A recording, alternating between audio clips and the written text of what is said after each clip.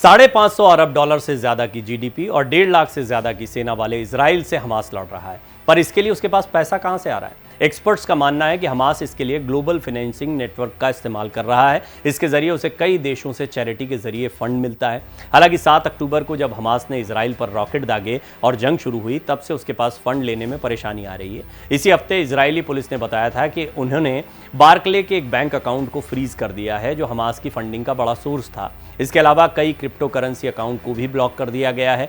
Hamas के कुल budget का $30 करोड़ से ज्यादा बिजनेस पर टैक्स लगाकर आता है। साथ ही ईरान और कतर जैसे देशों के अलावा चैरिटी के जरिए भी उसको फंड मिलता है। दिसंबर 2021 से अप्रैल 2023 के बीच इजरायली सरकार ने लगभग 190 क्रिप्टो अकाउंट को ब्लॉक किया था। दावा था कि हमास से जुड़े थे। हमास गजा पट्टी पर 2007 से सरकार चला रहा है। वहीं इजराइल इसे आतंकी संगठन मानता है। हमास को सबसे ज्यादा फंडिंग कथित तौर पर ईरान से होती है। अमेरिकी गृह विभाग की 2021 की रिपोर्ट में दावा किया गया था कि ईरान हर साल फिलिस्तीन के आतंकी संगठनों को $10 करोड़ की मदद करता है। ये मदद हमास के अलावा फिलिस्तीनी इस्लामिक जिहाद को भी मिलती है। इसी रिपोर्ट में यह भी दावा किया गया था कि हमास को बाकी अरब देशों से भी मदद मिलती है। इसके अलावा चैरिटी ऑर्गेनाइजेशन से भी इसे फंड मिलता है। अमेरिका के ट्रेजरी डिपार्टमेंट के मुताबिक कई बार हमास को तुर्की और लेबनान के फाइनेंसर के जरिए भी ईरान से फंडिंग हुई है। उदाहरण के लिए 2019 में लेबनान स्थित एक फाइनेंशियल ऑपरेटिव ने ईरान और हमास के बीच मिडिल मैन की तरह काम किया था। अमेरिका के राष्ट्रीय सुरक्षा सलाहकार जैक सुलिवन ने पिछले हफ्ते कहा था कि हमास की मिलिट्री विंग को सबसे ज्यादा फंड ईरान देता है। चैरिटी और क्रिप्टो के जरिए तो हमास को पैसा मिलता ही है। इसके अलावा हमास ने फर्जी कंपनियों का एक नेटवर्क भी तैयार कर रखा है, जिससे उसे करोड़ों रुपए की कमाई होती है। मई 2022 में अमेरिकी ट्रेजरी विभाग ने बताया था कि हमास ने तुर्की से लेकर सऊदी अरब तक की कंपनियों में $50 करोड़ का निवेश करने वाली कंपनियों का एक सीक्रेट नेटवर्क तैयार कर रखा था। कतर ने भी 2014 से गजा को हर महीने करोड़ों डॉलर का भुगतान किया है। गजा पट्टी के एकमात्र पावर प्लांट और हमास की सरकार में काम कर रहे लोगों को पेमेंट करने के लिए हर महीने कतर से $3 करोड़ की मदद मिलती थी। कतर के एक अधिकारी ने न्यूज़ एजेंसी को बताया था कि गरीब फिलिस्तीन परिवारों को हर महीने $100 की मदद दी जाती है। इसके अलावा गजा पट्टी में हमास ने सुरंगों का एक नेटवर्क भी तैयार कर रखा है, जहां से कैश का फ्लो होता रहता है।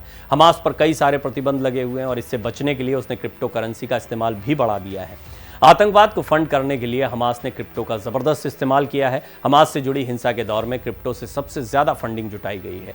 टीआरएम का दावा है कि मई 2021 की लड़ाई के बाद से हमास को $4 लाख की क्रिप्टो करेंसी मिली है। इजरायली सरकार ने हमास से जुड़े जिन क्रिप्टो अकाउंट्स को सीज किया था, उनमें 2020 से 2023 के बीच $4 करोड़ से ज्यादा की करेंसी आई थी। इसके अलावा फिलिस्तीन इस्लामिक जिहाद के पास भी $9.5 करोड़ की क्रिप्टो थी। आपके जहन में सवाल हमेशा आता होगा कि आतंकी संगठन लड़ तो रहे हैं, पूरी दुनिया इनके खिलाफ है, फिर इनके पास पैसा कैसे आता है? और दरअसल यही सबसे बड़ा सवाल खड़ा होता है कि जो देश युद्ध नहीं चाहते हैं, जो देश चाहते हैं कि अधिकार मिलना चाहिए, आम लोगों की जान नहीं जाना चाहिए, वो क्यों फंड करते हैं इन लोगों को?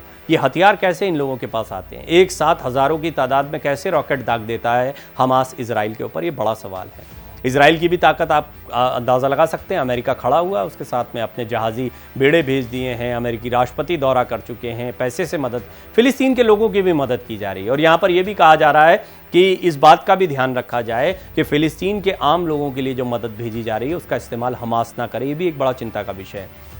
हमास को आपको समझना होगा, ये कोई सामान्य आतंकी संगठन नहीं है।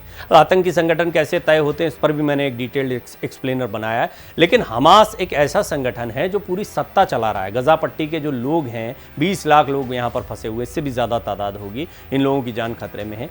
ये इन लोगों की सरकार को एक तरीके से चलाने वाला संगठन है और उसके अपने बहुत सारे तौर तरीके होते हैं। यहाँ पर जो प्रोडक्शन होता है या चैरिटी के जरिए ये पैसा आता है, लेकिन इस पैसे का इस्तेमाल, इसीलिए आप यहाँ के हालात देखेंगे तो बद से बदतर नजर आएंगे। यहाँ पर जो आम लोग हैं, उनकी ज़िंदगी आपको बहुत बदतर दिखाई देगी, क्योंकि ये जो पैसा जाता है, ये पैसे का इस्तेमाल, इनके पास हथियार तो बड़ी तादाद में होते हैं, लड़ने के लिए अपने आप को परमाणु शक्ति बनाने की बात करते हैं, लेकिन आप देखिए कि आम लोगों का जीवन स्तर क्या है, उनके हालात क्या है। इजराइल को लेकर इसीलिए कई अरब देशों ने मान्यता देनी शुरू की, क्योंकि इस जगह पर एक समृद्धि की उम्मीद दिखाई दी।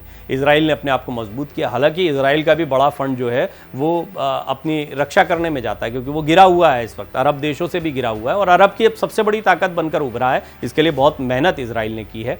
निश्चित तौर पर वो अपनी ताकत को और बढ़ाएगा। आप भारत के संदर्भ में भी इस बात को समझ सकते हैं, हमारा भी रक्षा के ऊपर बहुत ज़्यादा पैसा जाता है और इसके बारे में बहुत सारे सवाल भी खड़े होते हैं, क्योंकि हम दुश्मनों से घिरे हुए हैं। हम कर क्या सकते हैं?